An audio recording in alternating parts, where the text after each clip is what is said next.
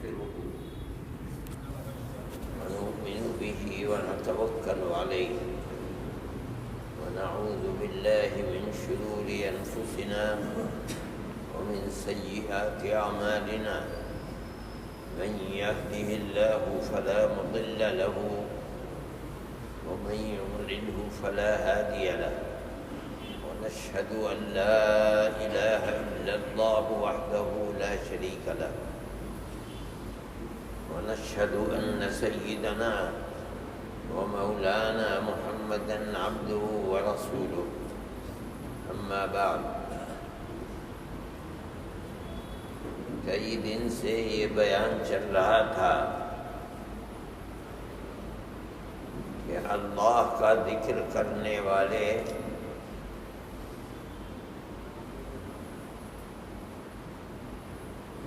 کچھ چیزیں ان کے لیے ضروری ہیں۔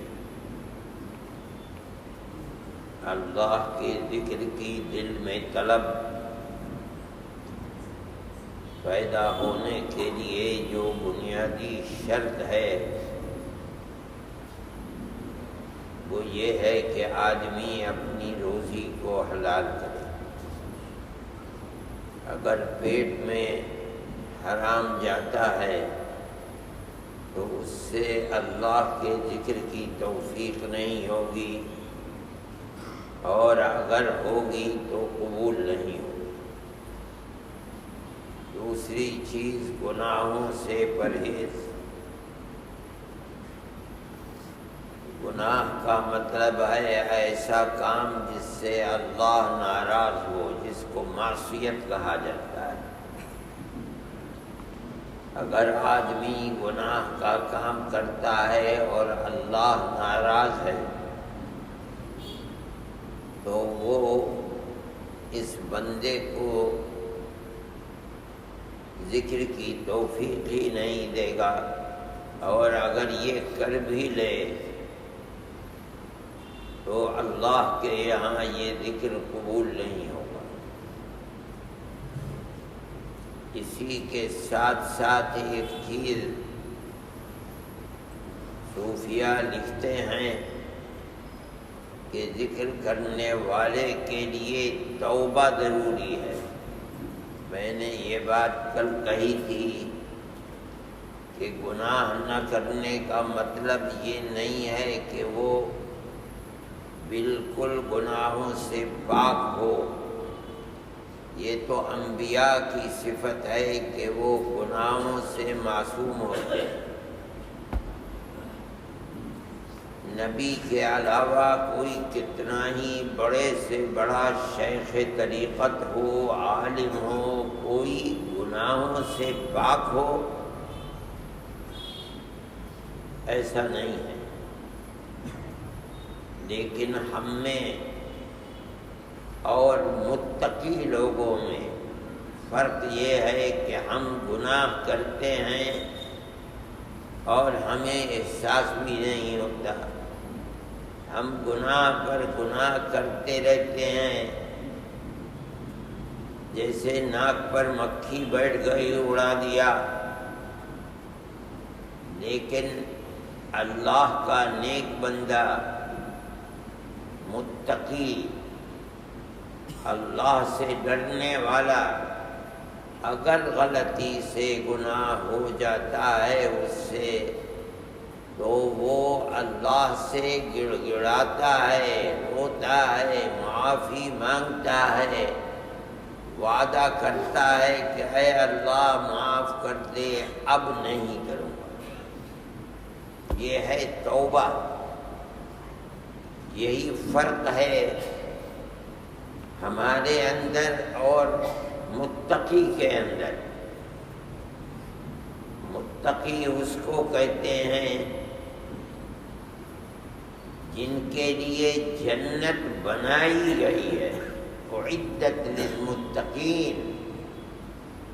جنت متقیوں کے لیے بنائی گئی ہے، یعنی ان لوگوں کے لیے کہ جو گناہ سے پرہیز کرتے ہیں، ڈرتے ہیں، اللہ کی خشیت اور خوف ان کے دل میں ہے، گناہ نہیں کرتے، لیکن اگر غلطی سے کبھی گناہ ہو جاتا ہے تو اللہ کے سامنے رو رو کر معافی مانگتے ہیں اور توبہ کرتے ہیں۔ توبہ کا مطلب ہے وعدہ کرتے ہیں کہ اے اللہ اب نہیں کروں گا، معاف کر۔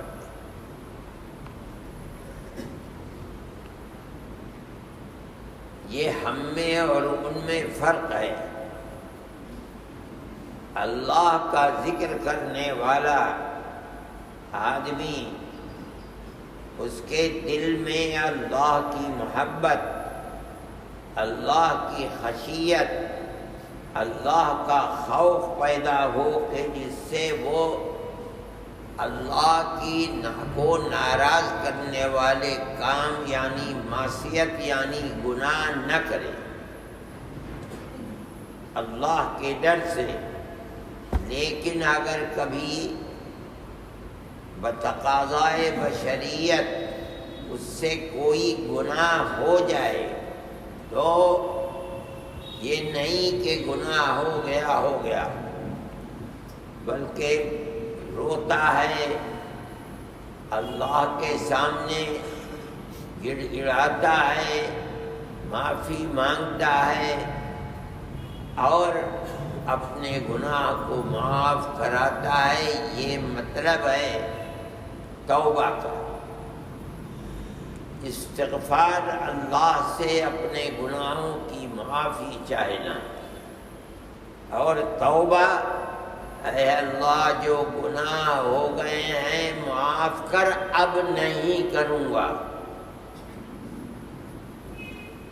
مومن کا یہ ارادہ، اللہ سے یہ عہد و پیمان کہ اے پروردگار میں آدمی ہوں، سر سے پیر تک قصوروار ہوں، ناپاک ہوں، ناپاک خطرے سے بنا ہوا ہوں، ارادے کے باوجود مجھ سے گناہ ہوتے ہیں، آپ ارحم الراحمین ہیں، اکرم الاکرمین ہیں، آپ معاف کریں گے تو معاف ہوگا، کوئی اور معاف کرنے والا نہیں۔ میں وعدہ کرتا ہوں کہ اب نہیں کروں گا، معاف کر دیجئے۔ یہ ہے توبہ۔ تو اس کے ساتھ ساتھ کہ گناہ نہ کر، جو گناہ ہو گئے استغفار کر، معافی مانگ، اور جو ہو چکے ہیں توبہ کر کہ اے اللہ گناہ ہو چکے ہیں، اب گناہ نہیں کروں گا۔ یہ چیزیں سالک کے لیے، ذکر کرنے والے کے لیے، ارے تم پاگل ہو، یہ جو یہ کھڑا ہے، اٹھ کھڑا ہو یہاں سے، کھڑا ہو جائے یہاں سے، نہیں میں کسی سے کہوں گا کہ جا کے اٹھا اس کو، نہیں اٹھتا۔ یہ پیچھے جو بیٹھا وہ اٹھا اسے، اٹھ کھڑا ہو، اس کو وہ جو کالی ٹوپی والا ہے اٹھا اس کو نکالو یہاں سے باہر۔ بے غیرت کہیں گے، بے حیا، ڈوب مرو کہیں جا کر کے۔ یہ لوگ ہیں یہ آ کر کے بیٹھ جاتے ہیں یہاں۔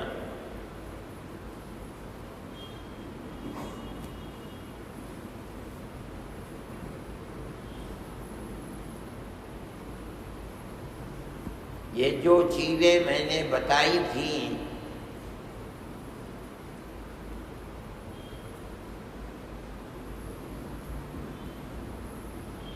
صوفیہ لکھتے ہیں کہ اللہ کا ذکر کرنے والے کے لیے ضروری ہے کہ وہ اپنی زندگی کو اس طرح گزارے، اگر گناہ کے کام ہوتے رہیں گے اور اللہ کا ذکر بھی کرتا رہے گا، توبہ اور استغفار بھی نہیں کرے گا، تو گناہ تو نام ہے اس کا جو اللہ کو ناراض کرے۔ اور اللہ کا ذکر کیا جاتا ہے اپنے اللہ کو راضی رکھنے کے لیے، راضی کرنے کے لیے۔ یہ دونوں چیزیں کیسے جمع ہوں گی؟ اگر توبہ نہیں کرتا ہے، اللہ سے گناہوں کو معاف نہیں کراتا ہے، تو اس کے ذکر میں یا تو برکت نہیں ہوگی یا خدا کی طرف سے ذکر کی توفیق ہی نہیں ہوگی۔ یہ جو آدمی کہتا ہے کہ دل نہیں لگتا، کہتا ہے کہ پابندی نہیں ہوتی، نیند آتی ہے، تاکہ یہ شیطان کا وسوسہ ہے آدمی کے دل میں۔ اگر اللہ سے محبت ہے تو اپنے محبوب کی یاد میں دل کیسے نہیں لگے گا؟ اس کا مطلب ہے کہ محبت نہیں ہے۔ ذکر اللہ تو کیا جاتا ہے محبت پیدا کرنے کے لیے۔ شیطان نہیں چاہتا کہ اللہ سے محبت ہو بندے کو، اس لیے وہ اس کو اس راستے پر لگنے نہیں دیتا۔ توڑ اس کی یہی ہے کہ وہ لگنے نہیں دیتا، اور ذکر کرنے والا اپنے آپ کو لگا دے، کھپا دے، شیطان کو مایوس کر دے، وہی آدمی کامیاب ہوتا ہے۔ یہ نہیں کہ رمضان میں ذکر کیا اور اس کے بعد اپنی دنیا کے جھمیلوں میں پھنس گئے، ذکر چھوٹ گیا، کبھی کیا کبھی نہیں کیا۔ اس کا مطلب ہے کہ شیطان جو چاہتا تھا اور اس نے جو قرآن میں ہے وعدہ کیا تھا بہت تاکید کے ساتھ، لَأَقْعُدَنَّ لَهُمْ صِرَاطَكَ الْمُسْتَقِيمِ، لام تاکید، نون تا، ضرور بالضرور میں تیرا جو سیدھا راستہ جنت تک پہنچانے والا ہے، میں بیچ میں بیٹھ جاؤں گا، اسے جنت تک جانے نہیں دوں گا۔ یہ وعدہ شیطان نے کیا تھا، قرآن کے اندر ہے۔ اس کو پار کر کے جنت تک پہنچنا، شیطان کو خائب و خاسر، ناکام و نامراد بنا دینا، یہی وہ چیز ہے جس کے لیے آدمی ذاکر ذکر اللہ کا کرتا ہے، کہ شیطان سے محبت اور تعلق میرا ٹوٹ جائے، اور میرا تعلق اور میرا محبت اپنے اللہ سے ہو جائے، میرے دل کے اندر اس کی ایسی محبت ہو جائے کہ میں کوئی بھی کام اپنے محبوب کی مرضی کے خلاف نہ کروں۔ یہ جبھی ہوگا جب اللہ کی محبت دل کے اندر پیدا ہوگی۔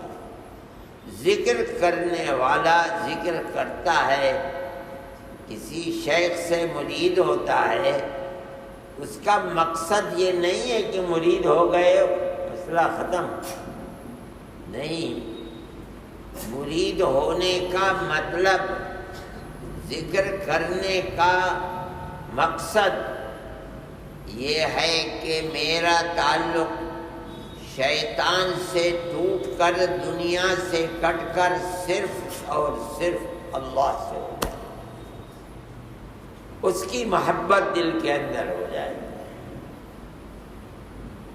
یہی مطلب ہے جو قرآن میں جگہ جگہ کہا جاتا ہے کہ تقوی کو اختیار کرو، اللہ کا ذکر کرو، بہت زیادہ کرو، ہر وقت شیطان تمہارے پیچھے ہر وقت لگا ہوا ہے کہ تمہیں راستے سے بھٹکا دے. تم ہر وقت اللہ کا ذکر کرو، اللہ کو یاد رکھو.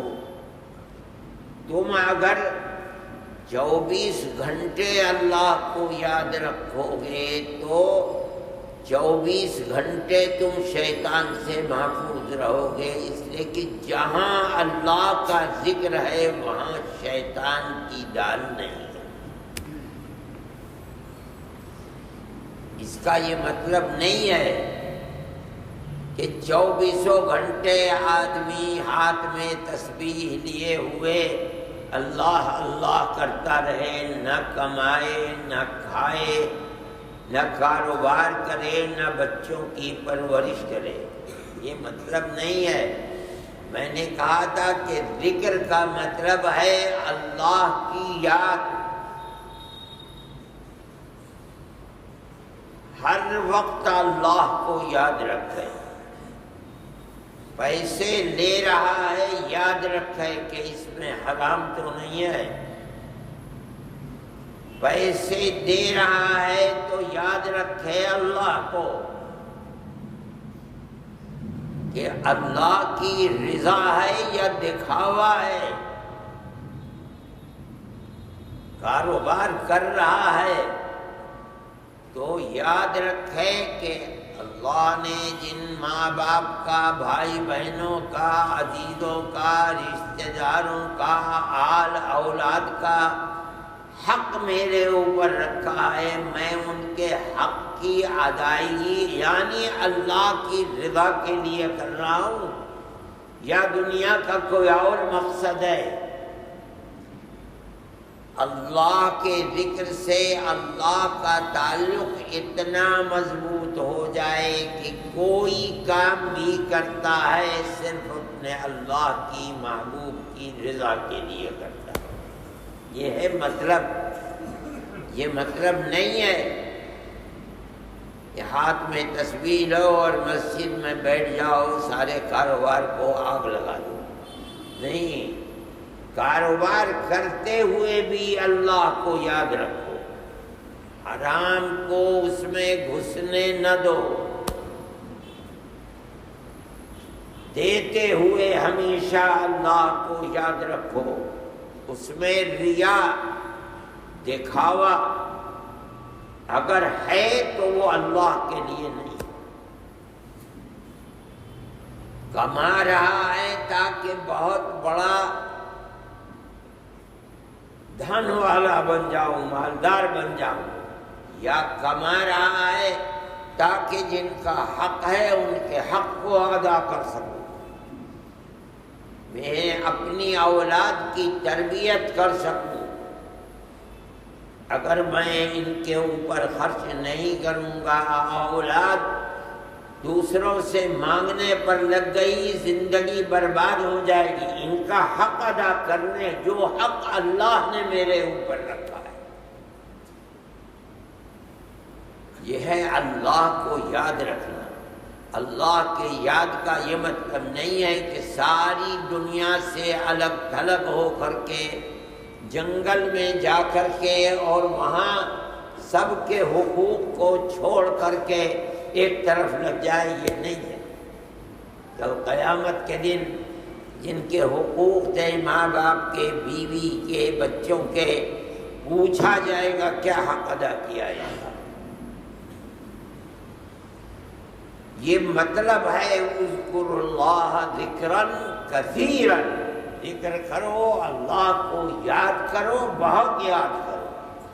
یہ اللہ کو یاد کرنا پہلے ضرورت پڑتی ہے کہ آدمی زبان سے اتنا اللہ اللہ اللہ کرے، اتنا کرے کہ کرتے کرتے اللہ اس کے دل میں سما جائے. تسبیح کرتے کرتے دل میں سما جائے. لا الہ الا اللہ کرتے کرتے اللہ اللہ کرتے کرتے اللہ اس کے دل میں سما جائے. اللہ کی اتنی محبت پیدا ہو جائے کہ ساری دنیا کے تعلق اور محبت پر بھاری ہو جائے.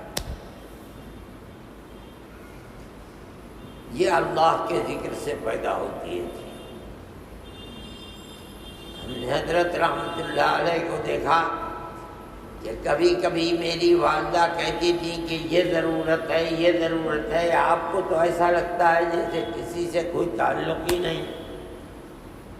تو بڑی خوشی کے ساتھ فرمایا ہاں ہمیں صرف اللہ سے محبت ہے، کسی سے محبت نہیں. اہل اللہ ذکر کرتے کرتے ان کے دل میں اللہ کی ذات سما جاتی ہے. یہی مقصد ہے ذکر کا. یہی وہ بات ہے جو میں کہہ رہا تھا. یہ بھی ایک استغفار اور توبہ، ذکر کی کثرت اور اللہ کی محبت پیدا کرنے کے لیے ضروری ہے کہ آدمی گناہوں سے بچے. اور اگر گناہ بتقاضائے بشریت ہو، آدمی ہے، آدمی سے گناہ ہوتا ہے. کوئی نبی تو نہیں ہے، رسول تو نہیں ہے کہ گناہوں سے معصوم ہو. اگر ہو جائے تو پھر توبہ کرے، برابر توبہ کرتا رہے، اللہ سے گناہوں سے استغفار کرتا رہے، اور پھر بھی اگر گناہ ہو جائے تو وعدہ کرے کہ اے اللہ اب نہیں کروں گا، معاف کر دے. یہی وہ چیز ہے جس کو توبہ اور استغفار کہا جاتا ہے. یہ نہیں کہ بس تسبیح پڑھ رہا ہے، مطلب کیا ہے اور کیا بات کرنی ہے اس کی فکر نہیں. تو یہ توبہ اور استغفار صوفیہ کہتے ہیں یہ تو ایسا استغفار ہے جو خود چاہتا ہے کہ اس سے بھی استغفار کرے آدمی. یہ تو دکھلاوے کی چیز ہے، زبان کی چیز ہے، دل پر اس کا کوئی اثر نہیں. اس کے ساتھ ساتھ ایک اور چیز ہے جس کی تاکید کی جاتی ہے.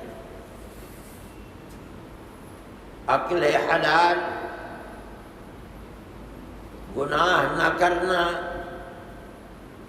لیکن گناہ ہو تو استغفار اور توبہ کرنا. اس کے ساتھ ساتھ صوفیہ یہ بھی کہتے ہیں کہ خدمت خلق کرنا، اللہ کے بندوں کی خدمت کرنا،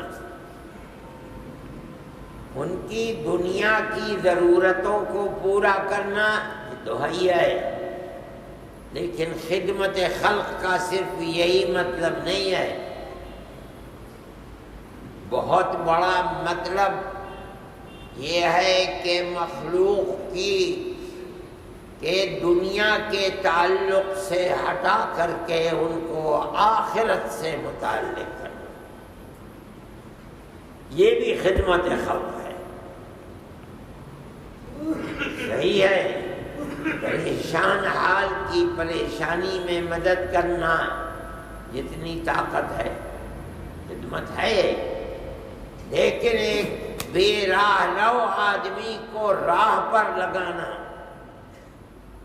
گناہ کرنے والے کو متنبہ کرنا،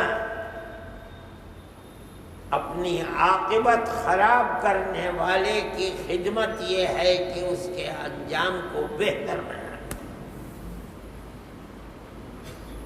یہ بہت بڑی خدمت ہے. انبیاء اور رسول دنیا میں اس خدمت کے لیے بھیجے گئے.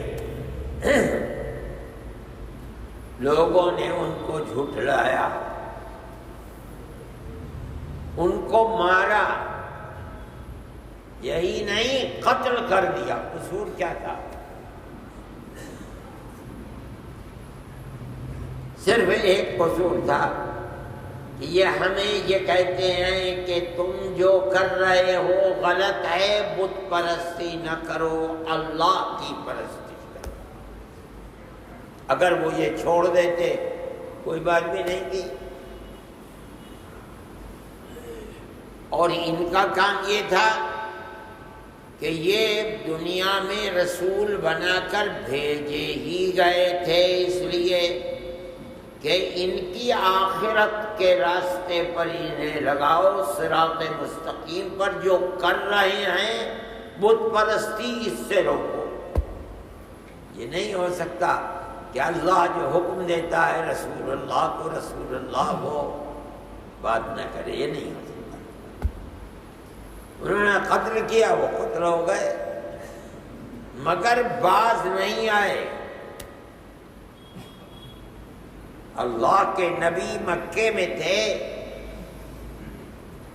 ایک بات چھوڑ دیتے آپ، لا الہ الا اللہ۔ کوئی اختلاف مکے والوں سے نہیں تھا۔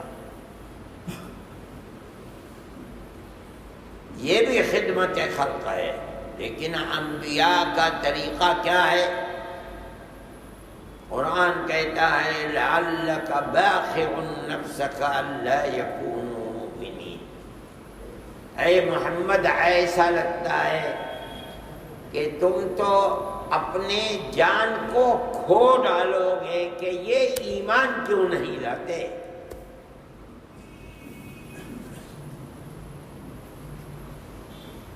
باوجود کہ خطرات ہیں، باوجود کہ آپ کے قتل کے درپے ہیں، آپ کے قتل کی سازشیں کر رہے ہیں اور طرح طرح کی سازشیں کر رہے ہیں، مگر آپ ہر دنیا کی چیز سے بالکل الگ تھلگ ہو کر اتنا لگے ہوئے ہیں، ان کی ہدایت پر اتنا لگے ہوئے کہ لگتا ہے کہ آپ اپنی جان کھو ڈالیں گے۔ یہ بھی خدمت ہے، اور یہ سب سے بڑی خدمت ہے۔ نبی کریم علیہ الصلوۃ والسلام کا طریقہ یہی تھا، ہر نبی کا طریقہ یہی ہے۔ جتنے انبیاء کا طریقہ، جتنے انبیاء کا نام قرآن میں آیا ہے اور ان کے طریقہ تبلیغ کو بیان کیا ہے، سب میں یہی بات ہے کہ قوم نے ان کا انکار کیا، ان کی مخالفت۔ مگر یہ ہو ہی نہیں سکتا کہ نبی کو جو حکم دیا جا رہا ہے اللہ کی طرف سے، نبی اسے چھوڑ کر کے کسی اور چیز میں لگ جائے، یہ نہیں ہو سکتا۔ یہی مطلب ہے کہ نبی گناہوں سے معصوم ہے، یہ نہیں ہو سکتا۔ اس لیے یہاں تک کہ ایک رات میں سب جمع ہو گئے آپ کے دروازے پر تلواریں لے کر کے، آج رسول اللہ گھر سے باہر نکلیں تو قتل کر دو۔ یہ اس دن حد ہو گئی۔ 13 سال سے مخالفت ہو رہی تھی، ہوتے ہوتے ہوتے ہوتے طرح طرح آپ کو شہر سے الگ تھلگ کر دیا، آپ نے اسے بھی قبول کر لیا، لیکن مکے کو چھوڑا نہیں۔ لیکن نبی کیسے چھوڑ دیتا؟ چھوڑتا تو اللہ کے حکم سے چھوڑتا، اللہ کا حکم نہیں ہوا تھا۔ دین کی تبلیغ اور لوگوں کو یہ پرچار کہ اللہ ایک ہی اللہ ہے، یہ بت تم نے 360 بنا رکھے، یہ اللہ نہیں ہے۔ بات چلتی رہی، چلتے چلتے حد پر آ گئی، بھائی آج قتل کر دو، نہ بانس رہے گا نہ بانسری بجے گی۔ تب اللہ نے فرمایا کہ اچھا اب یہاں سے چلو۔ حفاظت کے ساتھ انہی کے بیچ میں سے نکالا. آپ حضرت ابو بکر کے گھر گئے، وہاں سے دونوں کے دونوں ابو بکر رضی اللہ تعالی عنہ اور آپ چلے اور غار میں پہنچے. اب اللہ کی حفاظت تو ضروری تھی، انہی کے حکم سے جا رہے تھے، بیچ میں سے نکالا، اندھا بنا دیا. وہاں پہنچے، دیکھا، کہہ رہے ہیں کہ یا رسول اللہ اگر انہوں نے اپنے پیر پر نظر ڈالی تو ہمیں دیکھ لیں گے. یہ اللہ کے نبی فرماتے ہیں ابو بکر ہم اور تم دو وہ ہیں جن کے ساتھ تیسرا اللہ ہے، کچھ نہیں کر سکے. وہاں سے اٹھے اور اٹھ کر مدینہ منورہ چل دیا. وہاں بھی راستے میں جو لوگ چھوڑے انہوں نے دیکھو کہاں ہیں، اپنے گھوڑے کے ساتھ دوڑتا ہوا آ گیا. ابو بکر نے کہا کہ یا رسول اللہ آ گیا. کہا اللہ ہمارے ساتھ ہے. پتھریلی سخت زمین میں گھوڑا دھنس گیا.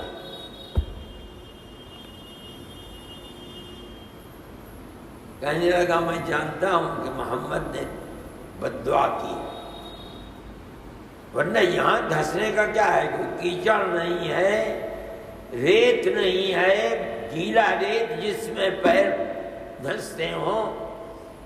دل میں ڈالی. اللہ نے کہا کہ دعا کرو کہ میں نکل جاؤں، میں تمہارا کچھ نہیں بگاڑوں گا، واپس جاؤں گا اور جو مجھے تلاش کرنے والے تمہیں ملیں گے میں ان سے کہوں گا کوئی نہیں ہمیں دیکھ آیا.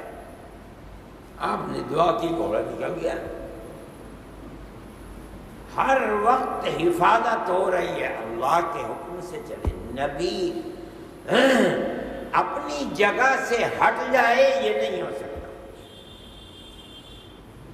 لیکن نبی خدمت کس طرح کر رہا ہے انہی کی جو تکذیب کر رہے ہیں، جو کہتے ہیں تم رسول نہیں ہو، جھوٹے ہو. جس کتاب کو اللہ کی کتاب بتاتے ہو وہ اللہ کی کتاب نہیں ہے، تم جھوٹے ہو. سب کچھ سن رہا ہے رسول اللہ، لیکن اس کے باوجود اتنی خدمت کہ قرآن کہتا ہے لگتا ہے کہ ان کی خدمت کے پیچھے تم اپنی جان دے ڈالو. یہ خدمت خلق اللہ کا ذکر کرنے والے کے لیے ضروری ہے.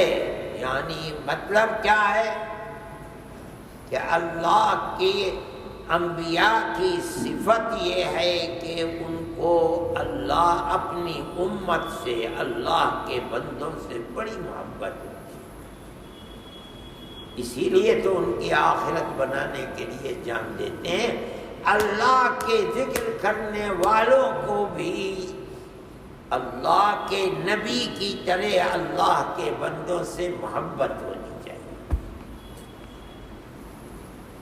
رسول اللہ کی صفت ہے جو آدمی ذکر کر کے اللہ کے رسول کے راستے پر چل رہا ہے وہ رسول اللہ کی صفت سے کیسے ہٹ جائے گا؟ جو وہ کرتے تھے وہی تو بھی کر. بڑے بڑے مشائخ نے اپنی زندگی کو اللہ کے بندوں کے لیے کھپا دیا. یہی بات ہے کہ جو رسول اللہ کی صفت ہے اس صفت کو اپنایا. خدمت خلق کرتے کرتے دنیا سے چلے گئے. لوگوں نے گالیاں دی، کفر کے فتوے لگائے، جوتوں کے ہار گلے میں ڈال دیے، سب کچھ ہوا، مگر ان کی خدمت خلق کے اندر کوئی فرق نہیں آیا. یہ صفات ہیں اللہ کے ذکر کرنے والوں کی. اس طرح اپنی زندگی ذکر کی گزارنی چاہیے، تب اس ذکر کا اثر ذکر کرنے والے کے دل پر، دماغ پر، زندگی کے اوپر پڑتا ہے۔ اللہ ہم سب کو اس کی توفیق عطا فرمائے اور ہماری دنیا کی زندگی کو ویسی بنا دے جیسی ہمارے آقا حضرت محمد صلی اللہ علیہ وسلم۔ Thanks for watching. Don't forget to like, comment, share and subscribe to Al Wahid channel.